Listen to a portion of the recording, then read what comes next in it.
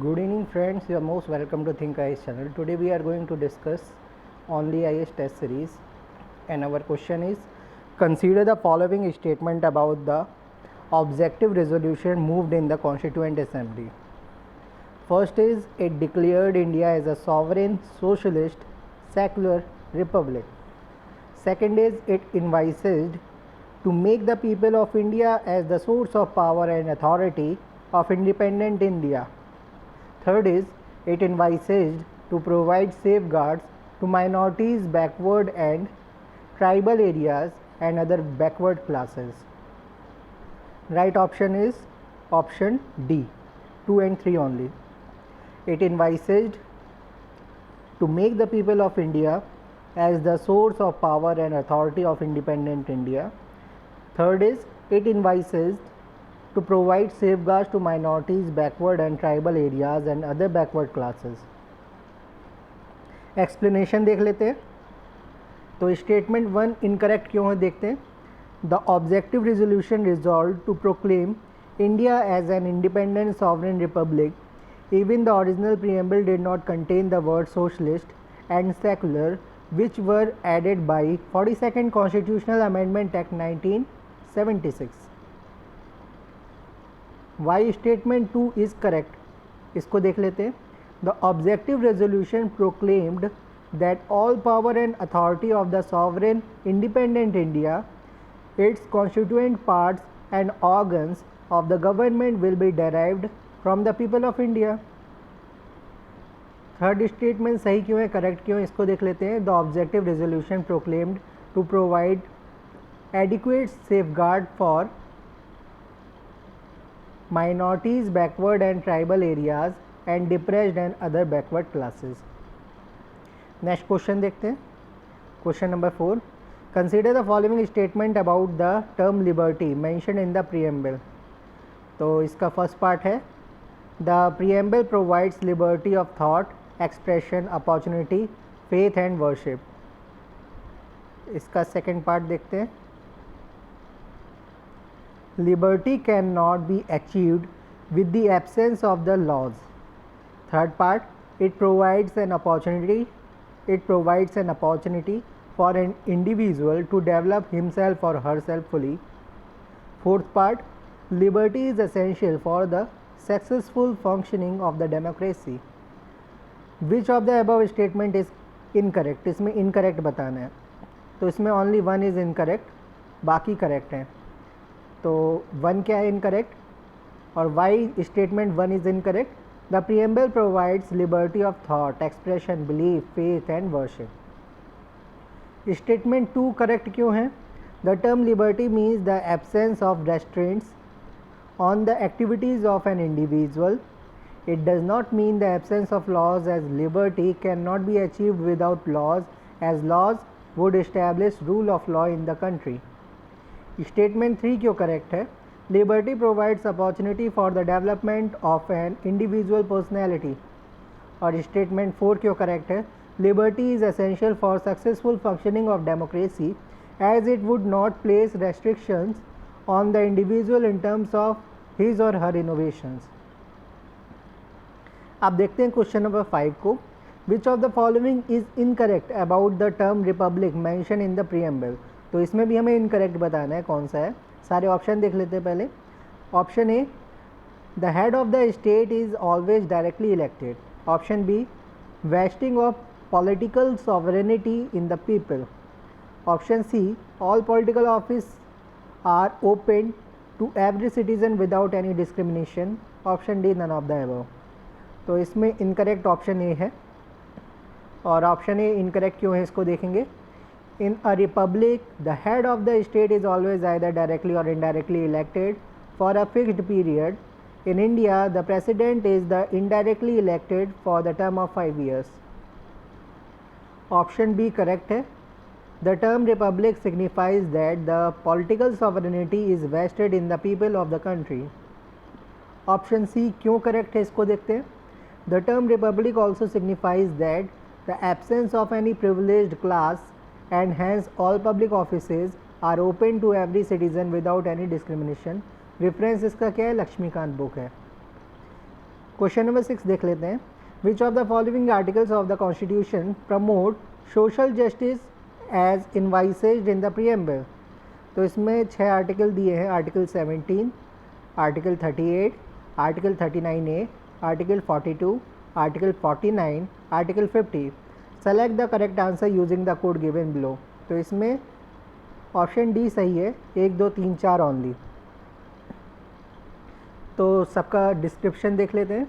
Option 1 is correct. Article 17 provides for abolition of untouchability and thus aims to remove social disabilities imposed on certain section of the society. Option 2 correct क्यों है? Article 38 directs the state to secure a social order for promotion of welfare of the people and thus promote social justice. Option B क्यों सही था? Article 38 directs the state to secure a social order for the promotion of welfare of the people and thus promote social justice. Option C या option 3 क्यों correct है, इसको देख लेते हैं। Article 39A directs the state to promote equal justice and to provide free legal aid to poor. Option 4 क्यों सही है? Article 42 provides for just and humane condition, रहने लायक condition of work, humane condition of work and maternity relief.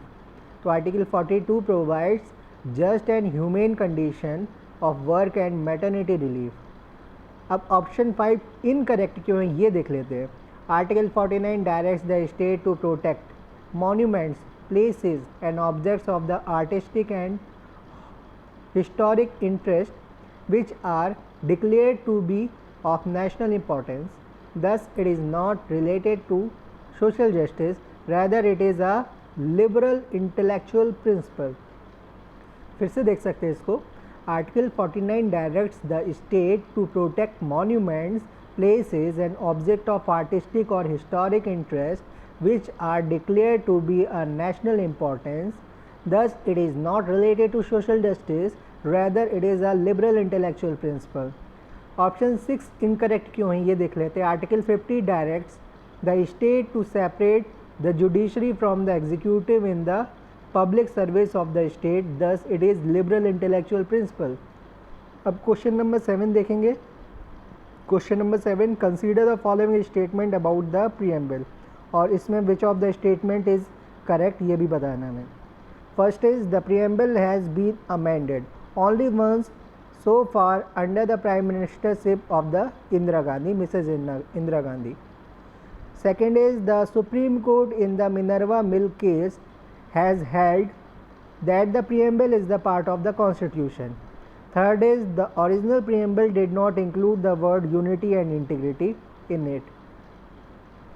तो इसमें option B only one ये correct है, बाकी सब इनकरेक्ट हैं।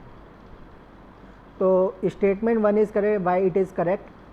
The statement 1 is correct. The preamble has been amended only once so far by 42nd constitutional amendment act 1976 at the time of prime ministership of the Mrs Indira Gandhi.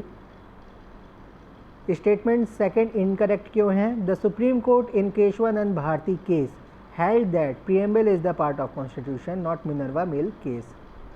Statement 3 incorrect क्यों है? The original preamble did not include the words secular, socialist and integrity which were added by the 42nd Constitutional Amendment Act. तो इसमें unity को भी add कर दिया गया था। ओनली अगर इंटीग्रिटी लिखा होता तो ये सही हो जाता।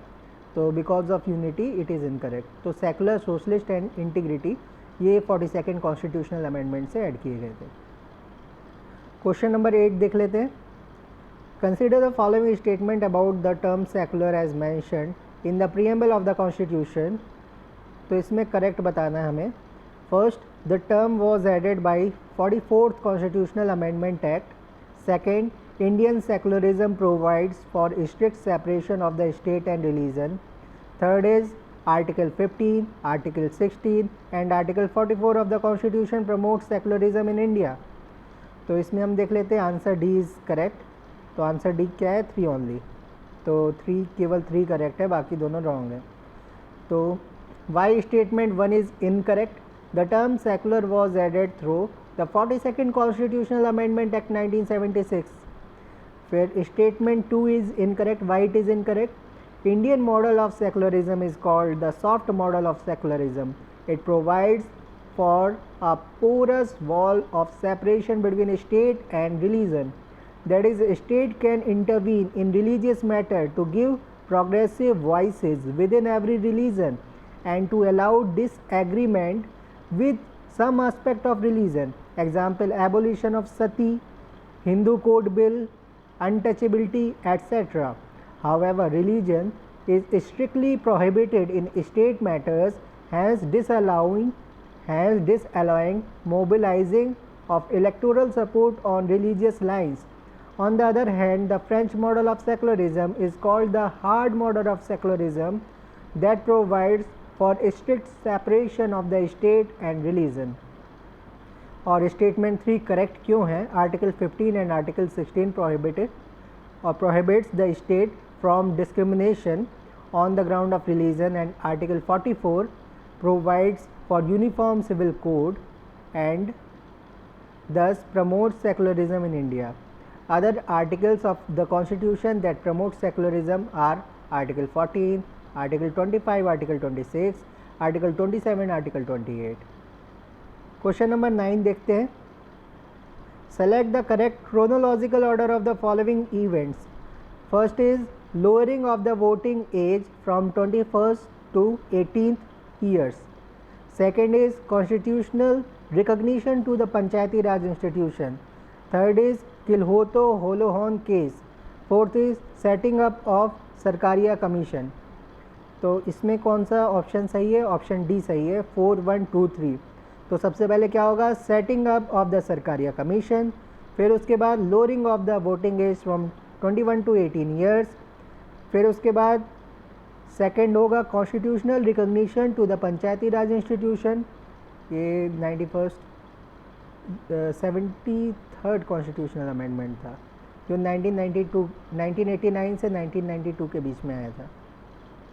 फिर उसके बाद थर्ड आएगा किल्होतो होलोहन केस. अब देख लेते हैं इसका एक्सप्लेनेशन में है Sarkaria commission was setup in 1983. Lowering of voting age from 21 to 18 years occurred in 61st Constitutional Amendment Act 1989 for both the Parliament and the State Legislative Assembly elections. फिर 73rd Constitutional Amendment Act 1992 accorded the constitutional status and protection to the Panchayati Raj institution. और Kilhoto Holohan case और the anti-defection case occurred in 1993. Anti defection 10 schedule में आता है, anti defection law. फिर answer 10, question 10 देख लेते हैं. Question 10 का आंसर क्या है सही? आंसर डी सही है इसका.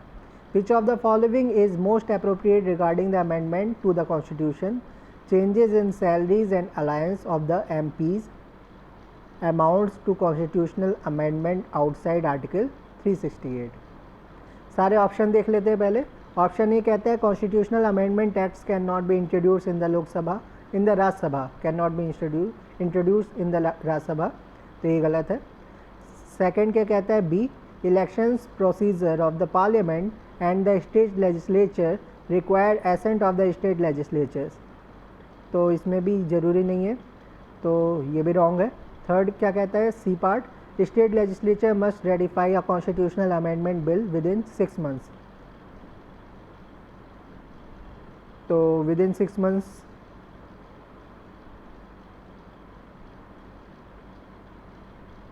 state legislature must ratify a constitutional amendment bill within 6 months. ये भी रॉन्ग है, इसको देखेंगे हम. Option D is right. Changes in salaries and allowance of the MPs amounts to the constitutional amendment outside Article 368. Explanation देख लेते हैं. Statement 1 is incorrect. Why it is incorrect? Constitutional amendment bills can be introduced in both the Lok Sabha and Rajya Sabha, both the houses. Hence, both Lok Sabha and Rajya Sabha have equal powers with respect to the constitutional amendment bills. Money bill केवल लोकसभा में जाता है, बाकी bill ज़्यादातर दोनों सदन में जाते हैं। Statement second is incorrect. Why it is incorrect? Election to the parliament and the state legislature require a simple majority of the parliament for its amendment. Hence, it lies outside the purview of the Article 368 of the Constitution.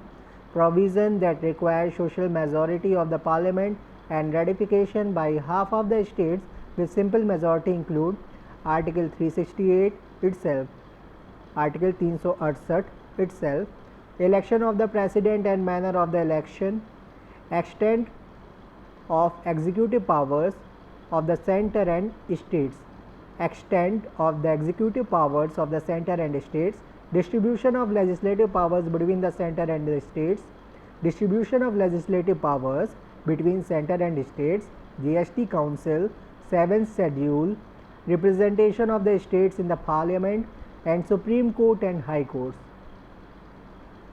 Statement 3 is incorrect. Why statement 3 is incorrect? There is no limit, there is no time limit prescribed in the constitution for the ratification by the states. तो time limit नहीं है इसमें. Statement 4 is correct. Why it is correct? Changes in the salaries and alliance of the MPs amounts to the constitutional amendment outside Article 368. It is done by the simple majority of the parliament like any other ordinary legislation. Thank you very much.